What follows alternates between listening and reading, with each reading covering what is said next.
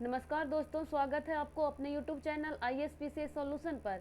हम यूपीएससी का previous year question series देख रहे हैं जिसमें एंशिएंट हिस्ट्री का 2019 तक के प्रश्नों को हम लोग ऑलरेडी देख चुके हैं। आज से हम मेडिएवल हिस्ट्री शुरू करेंगे। ये इसका पार्ट 1 है। मेडिएवल हिस्ट्री का फर्स्ट प्रश्न हमारा है कि चित्रकला की मुगल कला भारतीय लघु चित्रकला की रीढ़ है। निम्नलिखित में से किस कला पर मुगल चित्रकला का प्रभाव नहीं पड़ा? ए ऑप्शन कह रहा है पहाड़ी, बी कह रहा है राजस्थानी, सी कह रहा है कांगड़ा, डी कह रहा है काली घाट। तो इसका राइट आंसर क्या हो जाएगा? Kali Ghat is right answer, यानी कि जिस पे मुगल कला का प्रभाव नहीं पड़ा। अब इसमें दो चार चीज़ और देख सकते हैं, जैसे कि पहला तो है कि मुगल कला जो है उसको क्या कहा जाता है, तो भारतीय लघु चित्रकला की रीढ़ कहा जाता है। साथ ही इसका प्रभाव किस किस पे पड़ा, तो पहाड़ी पे पड़ा, कांगड़ा पे पड़ा और राजस्थानी पे पड़ा। काली घाट चित्रकला का क्षेत्र पश्चिमी एमपी था, वेस्ट एमपी।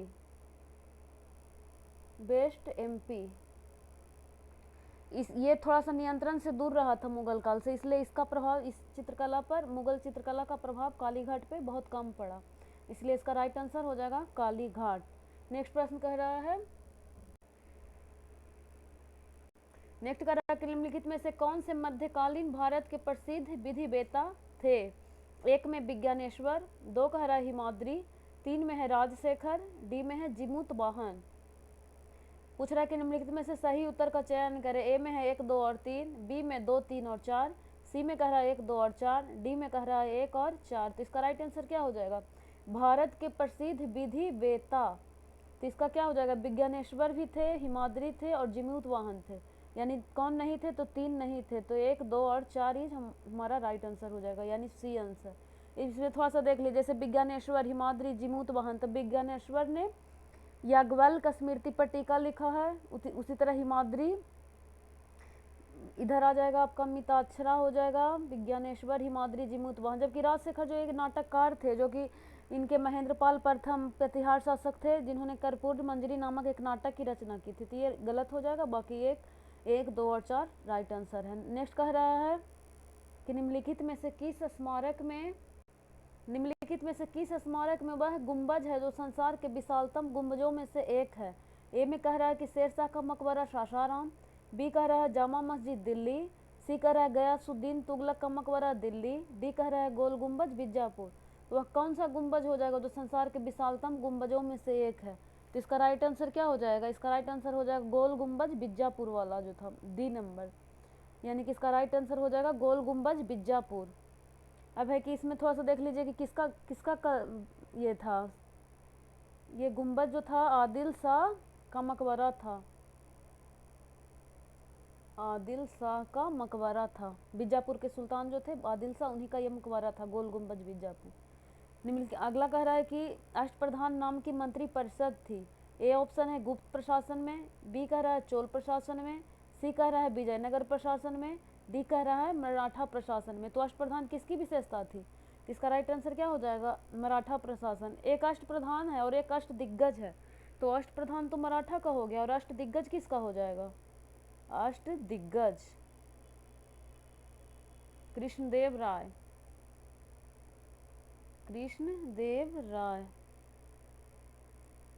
ये शिवाजी द्वारा गठित किया गया था, जिसमें बहुत सारे थे, उनके शासन कार्यों की सहायता के लिए गठित किया गया था। अगला प्रश्न देखते हैं। नेक्स्ट कह रहा है कि दिए गए मानचित्र पर ध्यान दीजिए।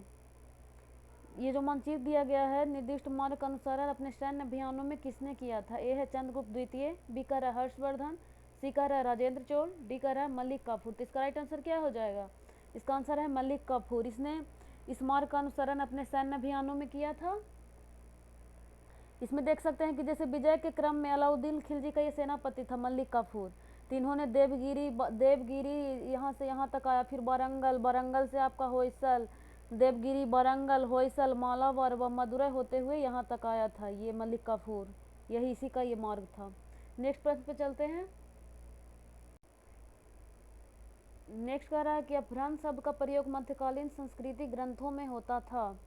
ए ऑप्शन है कि राजपूतों में से जाति च्युत लोगों को इंगित करने के लिए, बी कह रहा है वैदिक कर्मकांडों के त्याग को इंगित करने के लिए, सी कह रहा है कुछ आधुनिक भारतीय भाषाओं के आरंभिक रूपों को इंगित करने के लिए, डी कह रहा है कि संस्कृतेतर छंदों को इंगित करने के लिए। तो इसका राइट आंसर क्या हो जाएगा? और अपभ्रंश, अपहट ये सब प्राचीन भाषाएं थी, जैसे कुछ आधुनिक भारतीय भाषाओं के आरंभिक रूप को इंगित करने के लिए। इसका राइट आंसर सी हो जाएगा। अपभ्रंश, अपहट ये आप पढ़िएगा जब हिंदी साहित्य में 4 भाग होता है ना, प्राचीन काल, तो उसी समय जो आधुनिक ये प्राचीन भारत थी उसी के समय यूज किया जाता था। हिंदी साहित्य में ये पढ़ना है, अपभ्रंश, अपहट। नेक्स्ट प्रश्न पे चलते हैं। नेक्स्ट कह रहा है कि नस्तालिक है एक प्रकार की फारसी लिपि जो मध्यकालीन भारत में प्रयुक्त होती थी। बी कह रहा है एक राग जिसका रचना तानसेन ने की थी। सी कह रहा है मुगल शासकों द्वारा उद्गृहित एक उपकर। डी कह रहा है उलेमाओं के लिए एक आचार संहिता। तो क्या इसका राइट आंसर हो जाएगा? नास्तलिक एक प्रकार की फारसी लिपि जो मध्यकालीन भारत में प्रयुक्त होती थी। यह मेनली रूप से मुगल काल की फारसी लिपि थी। यह उर्दू की पारंपरिक लिपि है, नस्तालिक। नेक्स्ट प्रश्न पे चलते हैं। नेक्स्ट कह रहा है कि जिस सूफी संत की मान्यता थी कि भक्ति संगीत ईश्वर के निकट पहुंचने का एक साधन है, वह है। ए में है मोइनुद्दीन चिश्ती। बी कह रहा है बाबा फरीद। सी में है सैयद मोहम्मद गोसुदराज। डी कह रहा है शाह आलम बुखारी। थोड़ा सा रुक के इसको पढ़ने का कोशिश कीजिए और खुद से आंसर देने का प्रयास कीजिए। क्या हो जाएगा इसका राइट आंसर? इसका आंसर है मोइनुद्दीन चिश्ती। मोइनुद्दीन चिश्ती भारत में चिश्ती सिलसिला की स्थापना किया था। 1146 से 1236 के बीच था। 1146 से 1236 के बीच ख्वाजा मोइनुद्दीन चिश्ती। तो इसी का मान्यता था कि इसका मान्यता था कि भक्ति संगीत ईश्वर के निकट पहुंचने का एक साधन है। मोइनुद्दीन चिश्ती का ही मानना था। नेक्स्ट प्रश्न पे चलते हैं कि मुगल चित्रकला किसके राजकाल में अपनी प्रकाष्ठा पर पहुंची? ए में है हुमायूं। बी में है अकबर। सी में है जहांगीर। डी में है शाहजहां। तो इसका राइट आंसर क्या हो जाएगा? ये तो बहुत सिंपल सा क्वेश्चन है कि मुगल चित्रकला का प्रकाष्ठा पे पहुंचता है आपका जहांगीर के शासनकाल में पहुंचता है। और ये खुद भी बहुत ज़्यादा रुचि रखता था ये चित्रकला में, और इसी के काल को कहा जाता है चित्रकला का स्वर्ण युग। स्वयं भी रुचि रखा और कई चित्रकारों को प्रश्रय दिया था ये जहांगीर। नेक्स्ट प्रश्न पे चलते हैं। नेक्स्ट कह रहा है कि मध्यकालीन भारत में मनसबदारी प्रथा खास तौर पर इसलिए चालू की गई थी ताकि सेना में भर्ती की जा सके। बहुत इंपॉर्टेंट प्रश्न है। राजस्व संग्रह में सुविधा हो। सी कह रहा है धार्मिक सामंजस्य सुनिश्चित हो। डी कह रहा है साफ सुथरा प्रशासन लागू हो सके। तो मनसबदारी प्रथा क्यों लागू किया गया था? तो साफ सुथरा प्रशासन लागू करने के लिए। कब लाया गया था मनसबदारी प्रथा? तो 1575 में लाया गया था। 1575 में किसने लाया था? तो अकबर ने लाया था। और इसमें एक चीज़ और है, जैसे अकबर द्वारा आरंभ की गई इस व्यवस्था में एक मनसब दिया जाता था, पद का नाम था मनसब, और जिसको ये मिलता था उसे मनसबदार कहा जाता था। नेक्स्ट प्रश्न पे चलते हैं। नेक्स्ट कह रहा है कि निम्नलिखित में से कौन सा युग्म सही सुमेलित है? ए में है गुरु अमरदास मिरी और पीरी।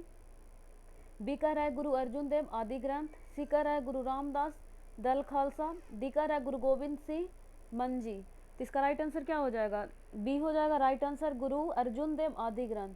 अब देखते हैं कि जैसे मिरी और पीरी है, तो मिरी और पीरी किसके द्वारा लिखा गया था? तो इसमें है गुरु अमरदास नहीं है, गुरु हरगोविंद हो जाएगा। गुरु हरगोविंद, हरगोविंद। उसी तरह ये हो गया। अगला है गुरु रामदास दस खालसा, नहीं दस दल खालसा गलत है। दल खालसा किसके द्वारा लाया गया था? तो गुरु गोविंद सिंह। इसमें इसको मिला देना था, गुरु गोविंद सिंह। उसी तरह मंजी जो है, मंजी किसके द्वारा लाया गया था? उमरदास द्वारा लाया गया था। यानी कि इसका उसमें है मंजी उमरदास हो जाएगा। मिरी और पुरी गुरु हरगोविंद हो जाएगा। दल खालसा हो जाएगा गुरु गोविंद सिंह। मंजी हो गया आपका अमरदास, अमरदास। नेक्स्ट कह रहा है कि कृष्ण जीवन परक प्रेम वाटिका काव्य की रचना की थी। ए है बिहारी ने। बी में है सूरदास ने। सी कह रहा है रसखान ने। और डी कह रहा है कबीर ने। तो इसका राइट आंसर क्या हो जाएगा? प्रेम वाटिका की रचना किसने किया था? तो रसखान ने किया था प्रेम वाटिका। ये मुस्लिम थे परंतु भगवान कृष्ण के बहुत बड़े अनुयायी थे प्रेम वाटिका लिखने वाले रसखान। रसखान का और है प्रेम से जितने भी रहेगा ना, प्रेम वाटिका, प्रेम एक दो और है प्रेम करके, वो रसखान का ही है। अगला है कि अपनी शक्ति को सुमेलित करने के बाद बलबन ने भव्य उपाधि धारण की थी। ए ऑप्शन है तूतीय हिंद। बी में है केसर हिंद। सी में है जिले इलाही। डी में है दीने इलाही। तो इसका राइट आंसर क्या हो जाएगा? इसका राइट आंसर हो जाएगा जिले इलाही। अब देखिए कि तूते हिंद किसका था? तो ये तो अमीर खुसरो का हो जाएगा, अमीर खुसरो। केसर हिंद तो इसका हो जाएगा महारानी विक्टोरिया। और दीने इलाही अकबर का था। नेक्स्ट प्रश्न पे चलते हैं। अगला नेक्स्ट कह रहा है कि अकबर के शासनकाल में पुनर्गठित केंद्रीय प्रशासन तंत्र के अंतर्गत सैनिक विभाग का प्रमुख था। ए में है दीवान, बी में है मीर बख्शी, सी में है मीर समन, डी में है बख्शी। तो इसका राइट आंसर क्या हो जाएगा? मीर बख्शी जो था वो केंद्रीय प्रशासन तंत्र के अंतर्गत सैनिक विभाग का प्रमुख होता था, मीर बख्शी। नेक्स्ट प्रश्न पे चलते हैं कि भारत में सूफियों की चिश्ती धर्म संघ का प्रवर्तक और सर्वप्रथम व्यक्ति ख्वाजा मोइनुद्दीन चिश्ती हैं। कारण कह रहा है कि चिश्ती धर्म संघ ने अपना नाम अजमेर में स्थित ग्राम चिश्त से लिया है। इसमें इसके ऑप्शन पे चलते हैं। पहला ऑप्शन कह रहा है कि ए और आर दोनों सही है तथा आर ए की सही व्याख्या करता है। बी कह रहा है कि ए और आर दोनों सही है तथा आर ए की सही व्याख्या नहीं करता है। सी कह रहा है कि ए सही है परंतु आर गलत है। डी कह रहा है कि ए गलत है परंतु आर सही है।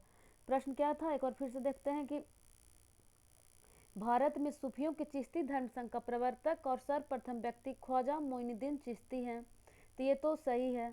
अगला है कि चिश्ती धर्म संघ ने अपना नाम अजमेर में स्थित ग्राम चिश्त से लिया है, तो नहीं, ये अजमेर में न लेकर यहाँ पे अगर अफगानिस्तान रहता तो सही हो जाता। ये अफगानिस्तान में स्थित ग्राम चिश्त से लिया गया था, यानी कि ये सही है और गलत है। तो राइट आंसर क्या हो जाएगा? हमारा राइट आंसर सी हो जाएगा कि ये सही है परंतु और गलत है। मिलते हैं नेक्स्ट लेक्चर में अगले प्रश्नों के साथ। धन्यवाद।